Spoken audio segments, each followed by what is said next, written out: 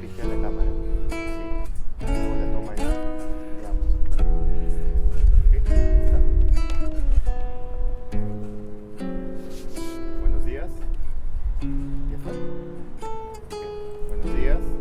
Tengo el placer inmenso de estar con uno de los mejores guitarristas del Perú, uno de los mejores de Latinoamérica y de los mejores del mundo. Caramba. Porque- Sí, del planeta. Sí.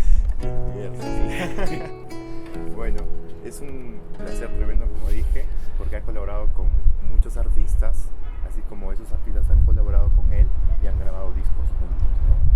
Como por ejemplo, lo que ya se conoce, el trabajo con la gran Chabuca Granda, hasta de un contemporáneo como Lucho Quequesana, ¿no? Sí, Hace sí. muy poco hicieron un disco De acá sí. precioso. Sí, Lucho es un amigo nuevo, muy querido, muy respetado y admirado por mí.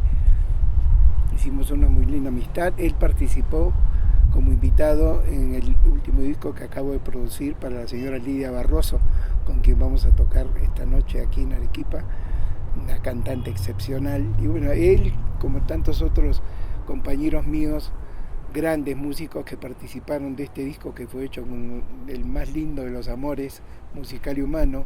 Ahí está Luis Salinas, está nada menos que el gran Hugo Fatoruso y músicos jóvenes de argentinos y alguno que otro peruano que participó también de este disco hermoso. Por ejemplo, Franco Luciani, que es un armoniquista joven que Eva John suele traer para sus actuaciones. Así que bueno, es un disco hermoso y ahí participó Luchito Quequesana también. Claro. Pero contemporáneos también, aunque sean un poco mayores que Lucho, Fito Páez, un entrañable querido amigo, Alejandro Lerner, Pedrito Aznar, con Pedro hemos hecho algunas cosas también, Lito Vitale, mi compañero de muchos años, con el trío Vitalio Varas González, y bueno, sigue la lista. Bueno, sí, quiero hacer la pregunta de rigor, que creo que es importante porque repercute en un músico la infancia, ¿no? Entonces quería preguntarle cómo era la infancia de Lucho González. Mi infancia llena de música por mi padre, Javier González, fue con los trovadores del Perú, junto a Osvaldo Campos y Miguel Paz, quienes primero sacaron la música nacional, la música criolla, digamos, a otros países. Ellos llegaron a Argentina con mucho esfuerzo y tuvieron un éxito descomunal. Y después mi padre lo tuvo también como solista. A raíz de eso fue que yo nací en Lima de casualidad, porque ya él vino a una gira con mi madre en estado de gestación y se extendió más allá de lo que ellos consideraban que iba a pasar, se extendió más allá la duración de esta gira. Por lo tanto, cuando quisieron regresar, ya mi mamá estaba en estado muy avanzado y le recomendaron que no viajara, pues se viajaba en barco, ¿no? Y entonces esperaron que naciera y a los 3 meses de edad me trasladaron a Buenos Aires, donde ellos estaban establecidos, y ahí quedé hasta los 16 años. Ahí nacieron mis hermanos menores, así que mi condición de peruano también se reparte con una condición de argentino que me enorgullece tanto como la de peruano.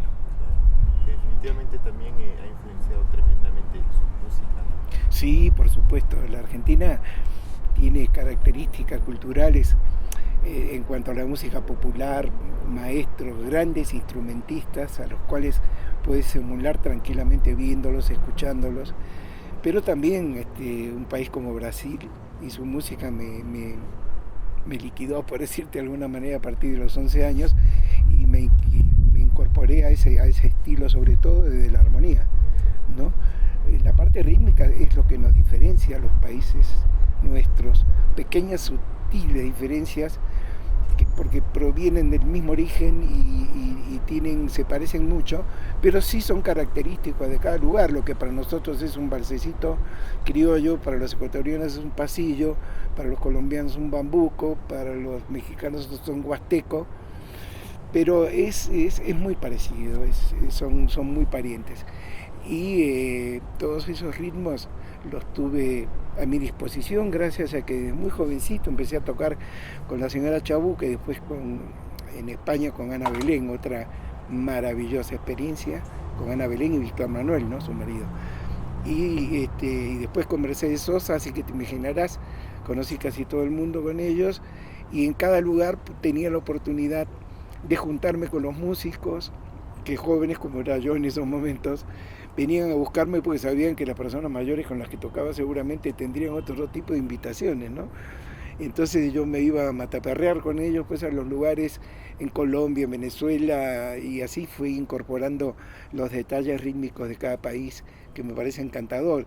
Y gracias a eso creo que puedo lograr una fusión casi inconsciente, ¿no es cierto? De estar tocando un tondero y que de repente se transforme en una chacarera, ¿no es cierto? O en una galopa paraguaya. Así que bueno, eso es en síntesis lo que me preguntas. Desde muy chico estoy acostumbrado a eso y lo que Dios me dio fue la posibilidad de sacarle sonido a esta maravilla desde los 10 años, que tuve mi primera guitarra regalada por mi padre. Y de ahí nunca más separarme de ella. Ayer me preguntaban, ¿qué es la guitarra para usted? Me preguntó. Y me salió una respuesta espontánea que creo que va a ser de acá en más una muletilla para mí. Es parte de mi cuerpo y parte de mi alma. Así que te podrás imaginar. Y la madre música que te elige, porque tú no la eliges, ¿no? Yo era estudiante de Derecho y acá estoy. Quiere decir que yo tenía que hacer lo que la madre música quería que hiciera. Así como lo veo reflejado en uno de mis hijos, que es un crack, Martín, que es un baterista, pero toca la guitarra, toca el piano, toca el trombón, es un loco y toca con los mejores, toca con Luis Salinas, con Lito Vitale, y tiene apenas 33 años y ahí vi reflejado que la música te elige, porque de chiquitito era eso. En cambio mi hija mayor, que canta precioso, estudió microbiología y trabaja como analista de sistemas en una entidad estatal. Así que bueno, eso es en síntesis lo que, desde cuándo y todo el tiempo que me lleva la música, que es mi pasión absoluta, pues, ¿no? Le pregunto, ¿qué es la guitarra para usted tocando la guitarra? Tocando la guitarra puede ser...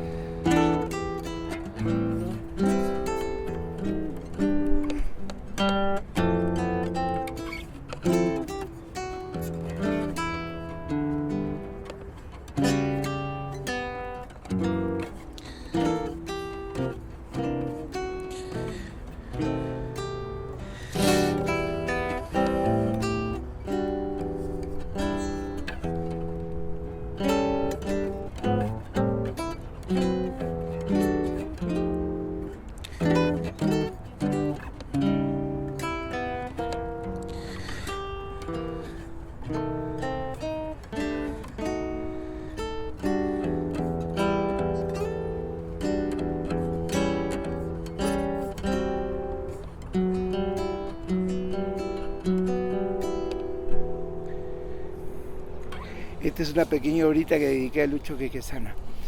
Luchito me llamó la atención. Antes de conocerlo, prendía la televisión y de 4 veces que la prendía, 3 estaba él, o tocando o haciendo tocar. Entonces cuando ya lo conocí y aprecié no solo su musicalidad, sino su maravilloso ser humano. A veces los músicos y compositores tenemos algo que nos inspira y trabajamos un tema así como este. Yo lo trabajé cortito pero específico y mientras tanto como que estás imbuido de la personalidad de alguien, de un amigo nuevo, como en este caso Luchito, y lo dediqué a él, y se llama Toca Tocayo, ¿sí? Y por eso termina así. Toca, toca, toca, toca, toca, toca yo. Pequeños detallitos, ¿no? Qué mejor regalar, qué mejor regalo para un hermano nuevo que algo que te sale de la experiencia musical, de la inspiración musical, pero sobre todo del corazón, cuando quieres entrañablemente a alguien, aunque no hayas estudiado el colegio primario con él. Y él es muy pilas, ¿no? Siempre está activo. Uy, Dios santo, hay que darle un cachetazo para que empiece y 14 para que pare. No, es una bendición. Sobre todo, yo soy un preocupado, como soy criado en Argentina, donde la situación cultural después bastante más desarrollada que la nuestra, y ahora la nuestra ha mejorado muchísimo, muchísimo. siempre es una preocupación para mí. Ojalá haya nuevos músicos, y esta última vez estoy comprobando de que hay una calidad muy superior a la que había en mi época digamos, de adolescente, que empezó mi vida acá en el Perú, ¿no? Y Lucho Quequesana es uno de las pruebas de que están saliendo figuras que pueden serlo en cualquier parte del mundo. Y debo contarte algo con respecto a eso. Mi afición también es muy grande por el estudio. Yo siempre fui un estudiante muy dedicado, cuando estudiaba en el colegio, cuando estudiaba Derecho. O sea que la didáctica para mí es algo natural. Y el haber encarado carrera humanística me hace pensar siempre en mi prójimo, aparte de que soy muy creyente, y mi preocupación por el joven. El joven, si tiene buenos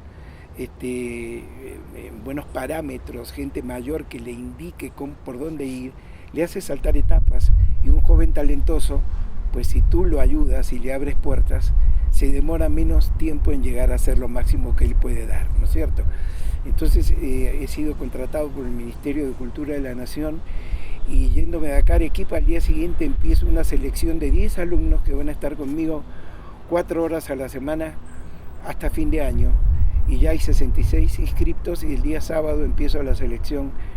Y estos 10 que son elegidos tienen la particularidad de que no van a pagar nada. Un curso como el que ayer di 2 horitas en donde tú estuviste inclusive,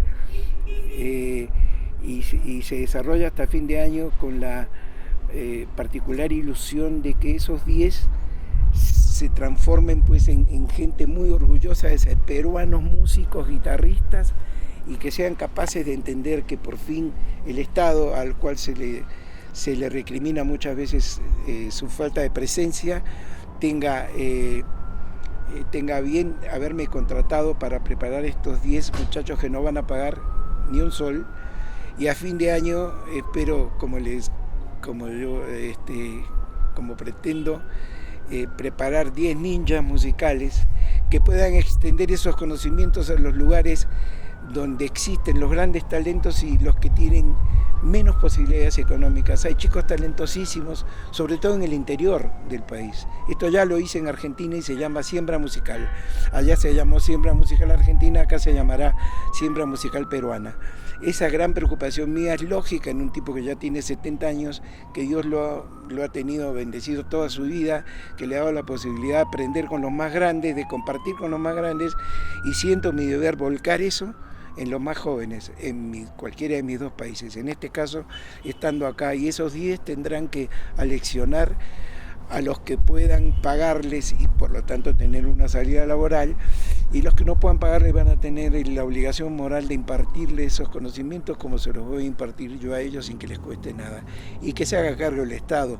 Para mí es un orgullo, ¿sí? Un orgullo como peruano, porque siempre se está castigando a entidades del Estado que suelen no son de lo más recomendables a veces, ¿no?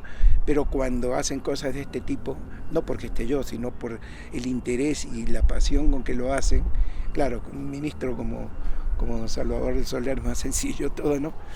Pero es un beneplácito poder decirles a los muchachos el primer día, chicos, esto es producto de la preocupación del Estado al que ustedes pertenecen, ¿sí? Entonces tiene todo un sabor muy hermoso, no solo musical, sino humano y muy peruano, que eso es lo que sí necesito también inculcarles con toda pasión.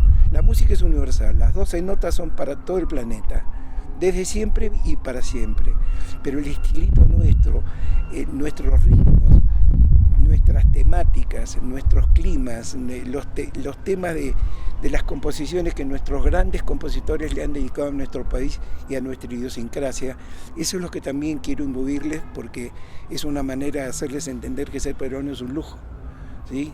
Y muchas veces se confunden porque, claro, la realidad es que no siempre estamos bien dirigidos, ¿no?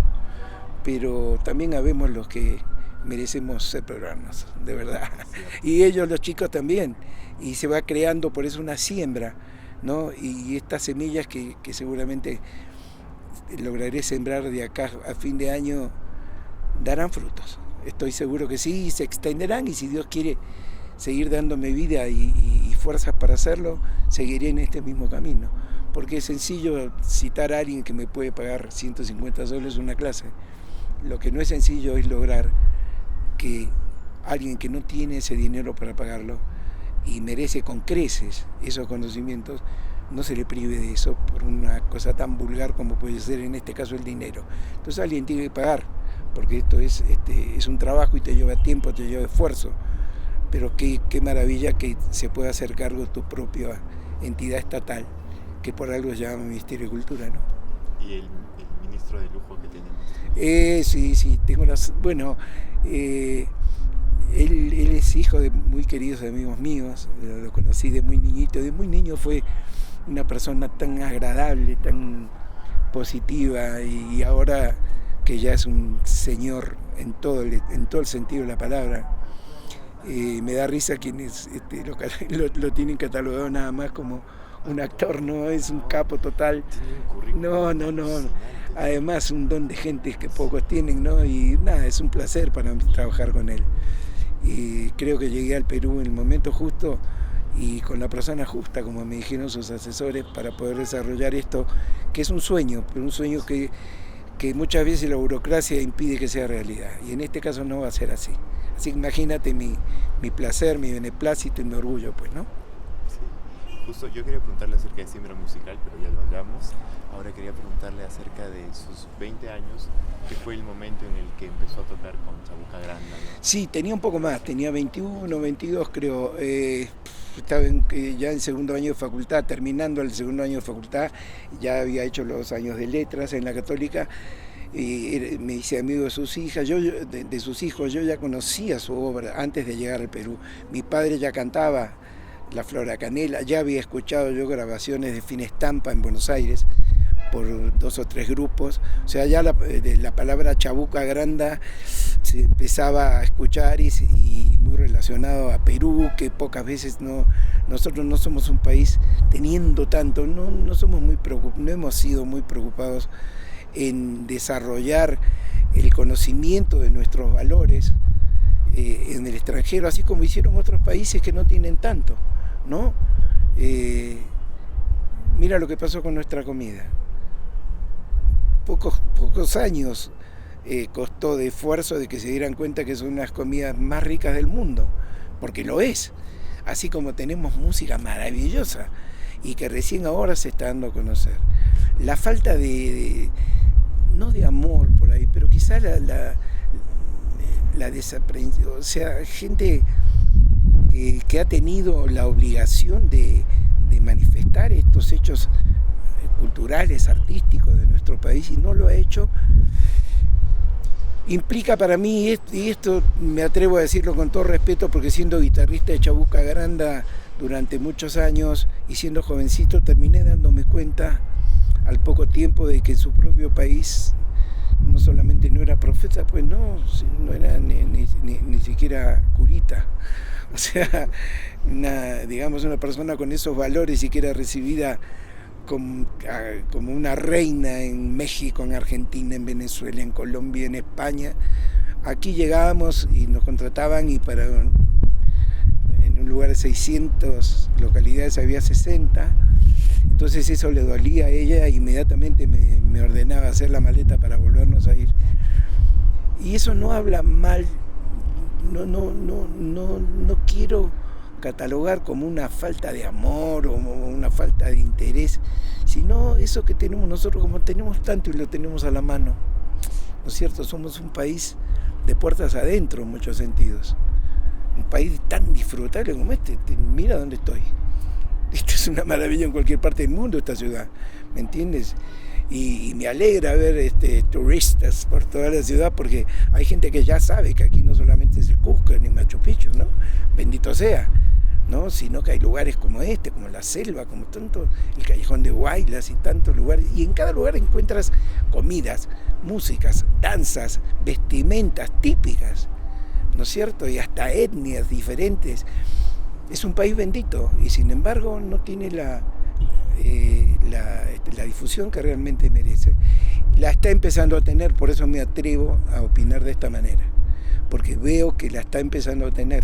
Seguramente los dirigentes jóvenes, como quien nos acabamos de referir, y que ya han pasado por estas experiencias de darse cuenta que adolecemos de una peruanidad externa y nos sobra la interna, ¿no? Que esta nueva clase de dirigente quizá nos lleve por lugares que merecemos. Y cuando fue contratado por Chabuca Granda, que era usted muy joven, al mismo tiempo, de hecho, habrá sentido mucho miedo quizás, o mucho... Miedo no es la palabra. Lo que sí, pasé de ser alguien que recibía un dinerito de sus padres para llegar a las clases de derecho y para el sanguchito y la gaseosa, al poco tiempo le estaba mandando plata a mi madre. Pues Chabuca era tan increíble que lo que ganaba, me decía, usted ya referido a la parte económica, porque ella se ilusionó mucho con mi toque medio brasilero. Fina estampa, caballero de fina estampa, un lucero que sonriera bajo un sombrero. Le encantaba esa cosa medio brasileña, sin perder lo vamos a decir entre paréntesis, entre comillas, lo criollo, ¿no? Entonces decía, cuando se me contrate usted va a saber cuánto es el caché, usted lo va a saber igual que yo. Y ese caché se va a dividir en 3 partes, una para la cantante, una para el guitarrista y otra para Chabuca Granda. O sea, no me dijo 2/3 partes para mí y una 1/3 parte para usted, sino me dijo una parte para la cantante, otra para el guitarrista, y ahí estamos equiparados. Mira qué inteligente. Somos lo mismo, ahí no importa la edad ni la experiencia, pero sí una parte para Chabuca Granda, ¿me entiendes? Entonces fui criado así con ella, de esa manera, y ya era difícil cuando te crían de muchachito y te ponen bien como el árbol, que lo apuntalas bien, ya es difícil que se tuerza, pues, ¿no? Y después me pasó también con Mercedes, con otras características, ¿no? Pero con Mercedes también aprendí mucho. Con Ana, imagínate, yo todavía no tenía 30 años cuando me pasaban estas cosas. Así que bueno, eso es lo que me ha pasado. Su experiencia como arreglista en cuanto a, digamos, el tema de especificando el Unplugged de Diego Torres. Sí, cuando dejé de estudiar Derecho y empecé a tocar, tocaba empíricamente, o sea, pues tocaba creo que bien, porque si no, no me hubiera contratado Chabuca ni Mercedes. Pero inmediatamente mi proclividad al estudio, mi gusto por el incorporar conocimientos y poder ejercerlos, y haber vuelto a un país como Argentina, que tiene una cantidad y calidad de profesores de música que no te puedes imaginar, porque huyendo de las guerras vinieron grandes compositores y músicos, directores europeos, y se instalaron en la Argentina, un país prácticamente deshabitado. Somos 40 millones de habitantes y caben 400. Imagínate, en esas épocas venían compositores españoles, alemanes, franceses, rusos, polacos, se instalaban ahí y fueron teniendo, claro, vivían de la enseñanza, y fueron teniendo discípulos, con 5 de los cuales yo estudié durante muchos años. Entonces, estudiar música claro, la guitarra es un instrumento que te permite, es uno de los 2 instrumentos armónicos, el otro es el piano. Entonces tienes una visión más orquestal del asunto ya naturalmente. Cuando empiezas a estudiar, estudias contrapunto, estudias orquestación, estudias dirección un poco, y ya vas teniendo experiencias en arreglos. A mí me fascinó siempre, de todos los instrumentos, me gusta mucho la cuerda, los violines, chelos, ¿no es cierto? Y entonces como que me especialicé por mi propia cuenta, tomando en cuenta las enseñanzas que me daban estos profesores, sobre todo el último, Gabriel Seranes, con quien estudié 7 años, que es una maravilla, hasta poder pararme delante de una orquesta y poder hacer arreglos sabiendo que escribir cuerdas no es agarrar un teclado y después trasladarlo a este violín, no, que tiene sus propias reglas. Pero esas reglas, si las aprendes, te ayudan muchísimo a que te suene como te tiene que sonar, pero con los conceptos modernos de armonía, con los ritmos nuevos. Entonces, el Unplugged de Diego Torres fue mi cuarta experiencia como arreglista. Ya se empezó a hablar de mí. Claro, se hablaba mucho de mí como guitarrista, como compositor, y se me dio la oportunidad a la Sony de Argentina a través de Afo Verde, que es el gran productor de Cerati, de los Cadillac, productor de, qué sé yo, de la Chica Oreiro, todo, una especie de Rey Midas. Y él, amigo mío, me fue aleccionando también en cosas como que la producción implica, cuando tú produces a alguien, para hablar futbolísticamente, debes ponerte la camiseta de ese alguien, no hacer las cosas como tú crees que hay que hacerlas, sino ponerte a trabajar tú con tus conocimientos y tu experiencia a través de saber que estás representando a alguien que tiene ideas por ahí que no te las puede explicar técnicamente, pero sí debes ponerte su camiseta para tratar de entender qué es lo que quiere esa persona y poder hacerlo. Entonces se me dio la oportunidad de hacer un arreglo de cuerdas para Teresa Parodi, una cantante y compositora argentina. Posteriormente se me citó para hacer 8 arreglos para una niña que estaban lanzando, la Sony. Después, inmediatamente, ante mi sorpresa, me llamaron para hacer el Unplugged de Diego. Y hice el Unplugged de Diego, que es una maravilla, y a partir de ahí no estaba considerada la cuerda en la gira que fue de 2 años por todo el mundo hispano y Norteamérica, pero resultó tan grato la presencia de la cuerda en la presentación del disco que se hizo en el Luna Park. Hicimos como 15 Luna Parks, que son de 10.000 personas cada uno, y entonces rendía tanto la cuerda que pusimos de backup 2 tracks de la cuerda grabada, uno en cada espacio, y en el medio estaba la cuerda en vivo, pero ya no tenían previsto podían incorporarme a mí, pero no a los 4 de cuerda titulares. Entonces la única solución que se nos ocurrió fue usar en cada ciudad donde íbamos la cuerda esa, lo cual dio otro saborcito al asunto, porque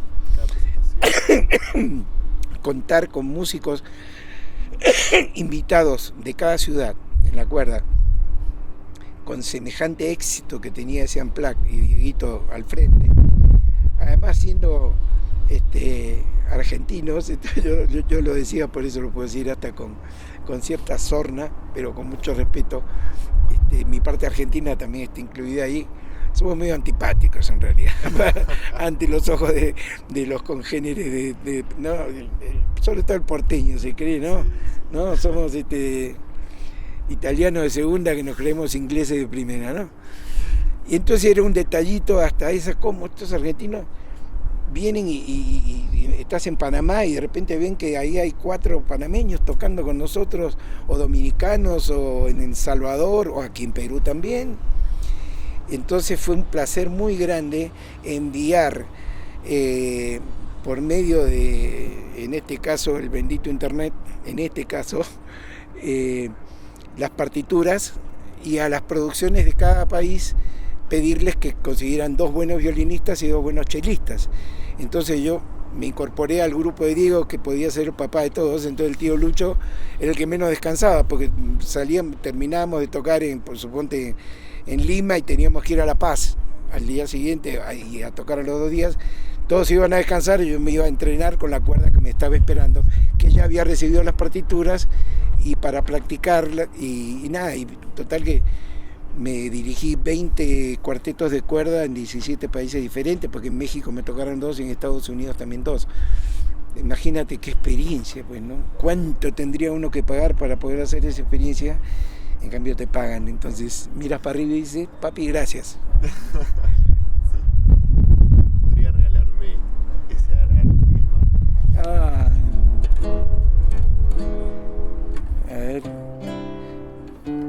Cuando ya se me olvide, habré olvidado. Viviré adormecido, liberado. No ansiaré una respuesta, pues no habré preguntado. ¿Qué frase? no habré de perdonar ni habré ofendido.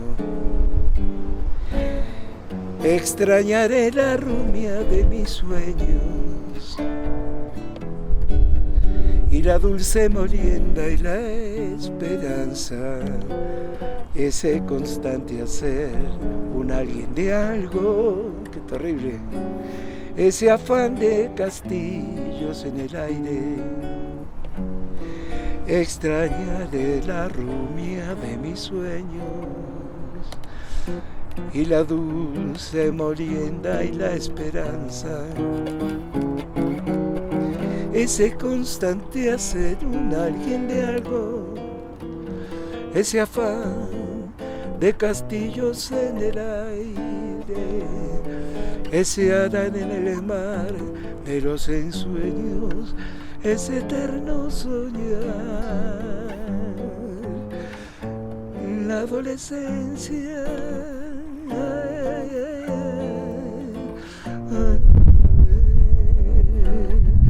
la adolescencia. Qué letra, ¿no? Extrañaré la rumia de mis sueños.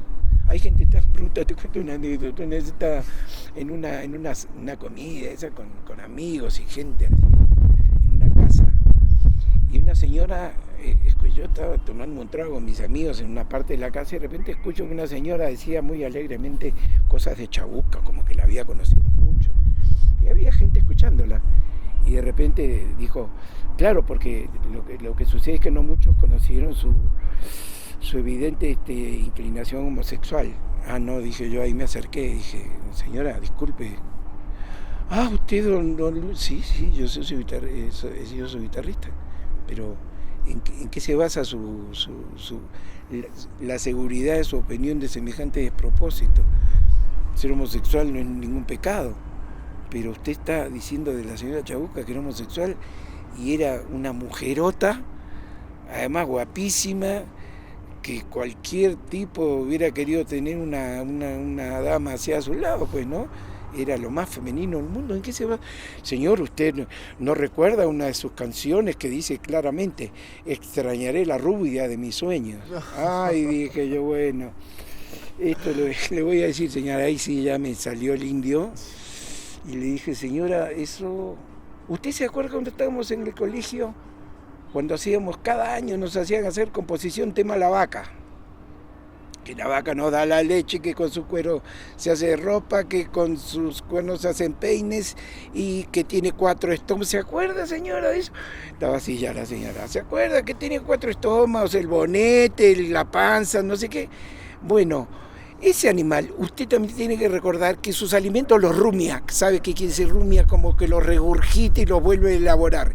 Eso es rumiar. La señora Chabuca tomó esa imagen maravillosa para decir la rumia de mis sueños. Quiere decir que sus sueños iban y venían en su cabeza y en su corazón sin parar. Sus sueños, y es rumia, señora. Por supuesto se levantó y se fue, colorada como un tomate, pero fíjate, hay un dicho maravilloso que saqué de una revista que se llamaba la revista Humor registrado en la Argentina en la época de los militares, en una revista contestataria donde escribía gente muy inteligente, y arriba de cada una de sus páginas había una frase que decía así: la inteligencia humana tiene límites, no así la estupidez humana. Y eso que te acabo de contar lo comprueba.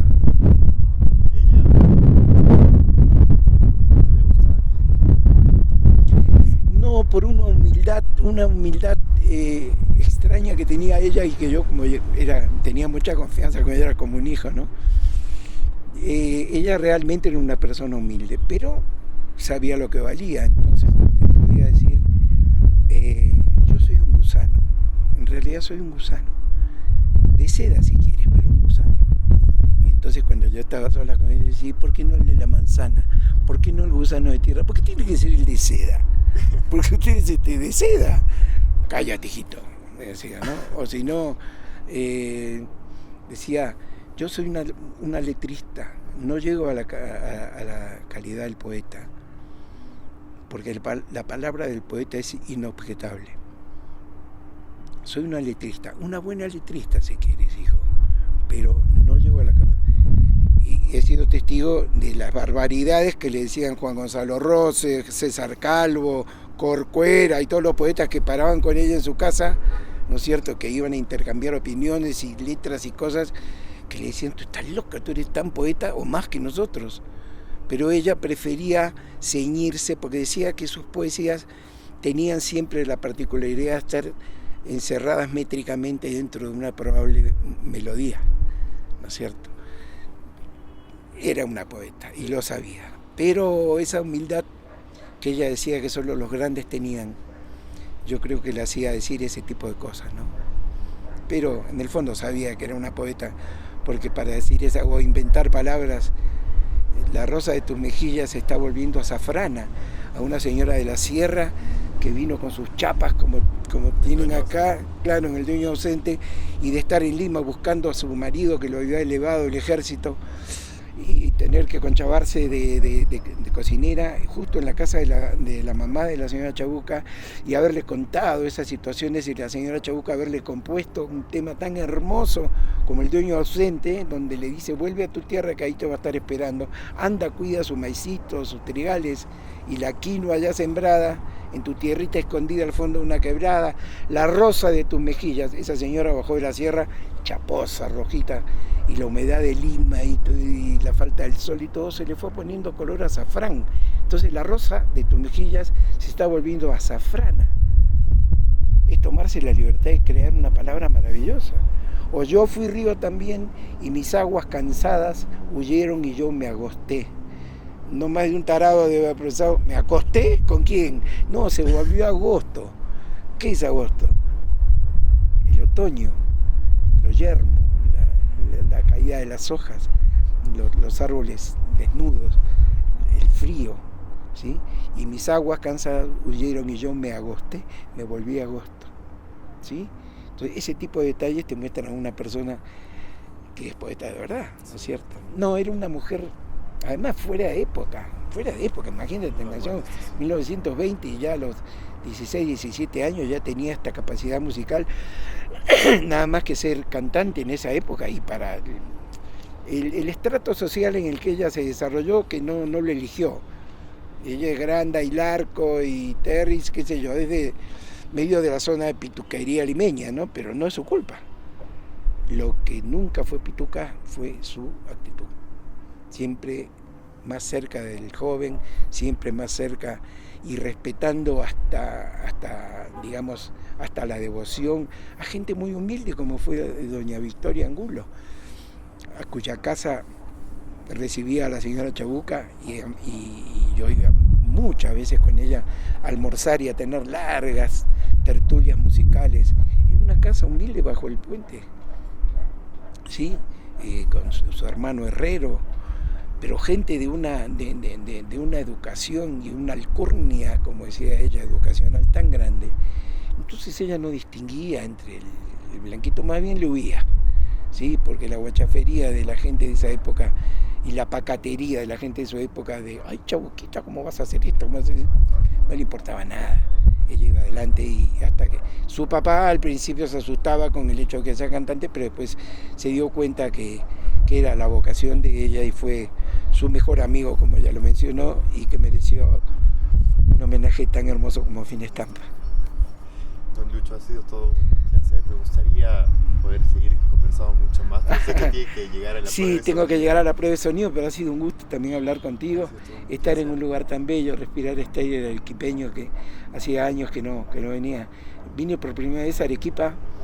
Yo cuando llegué de Argentina terminé el colegio en el Colegio Militar Leoncio Prado, y en el año 65 se hizo una competencia entre colegios militares del país y se hizo acá. Y entonces ayer que me llevaron a pasear, pasé por el colegio militar de acá, Francisco Bolognesi, y recordé en el año 65 vine representando, yo tiraba bala, ¿sí? Y vine representando a mi colegio, al Leoncio Prado, y vino el colegio también de Elías Aguirre de Chiclayo y el de Trujillo también, así que fue una mancomunión de cadetes en esa época, ¿no es cierto? Y fue hermosísimo, 15 días, y ahí aprendí a conocer y de verdad amar a Arequipa. No es que uno a cada lugar que vaya dice, ay, cuánto amo este lugar acá. No hay forma de que no se entienda de que es absolutamente sincero. Y tengo grandes amigos arequipeños y un gran músico muy querido de la época un poco posterior a mi padre, un musicazo mundial que se llama Lucho Neves, Claro. y que es más arequipeño que el rocoto relleno y más músico que el más músico de Nueva York. Tremendo. No, sí, no. Trabajó fuera del país también. Sí, él trabajó mucho en Nueva York y en Buenos Aires tenía un lugar que se llamaba Negro Negro y ha sido compositor de cosas tan maravillosas como el tema Paloma. Cuando te vi partir, la noche me envolvió, llorando mi remordimiento. Tus ojos ya no son estrellas de mi amor, que se apagan con mi sufrimiento. Bueno, tu voz me llamará y un rezo llorará en la guitarra de tu fiel tormento. Y en esta soledad la noche me dirá la copla triste de tu fiel amor. Me corre culebrillas. Ese es Lucho Neves y representante de una ciudad como esta tan personal, ¿no es cierto? La República de Arequipa. Ha sido todo un gusto. Gracias, querido, gracias.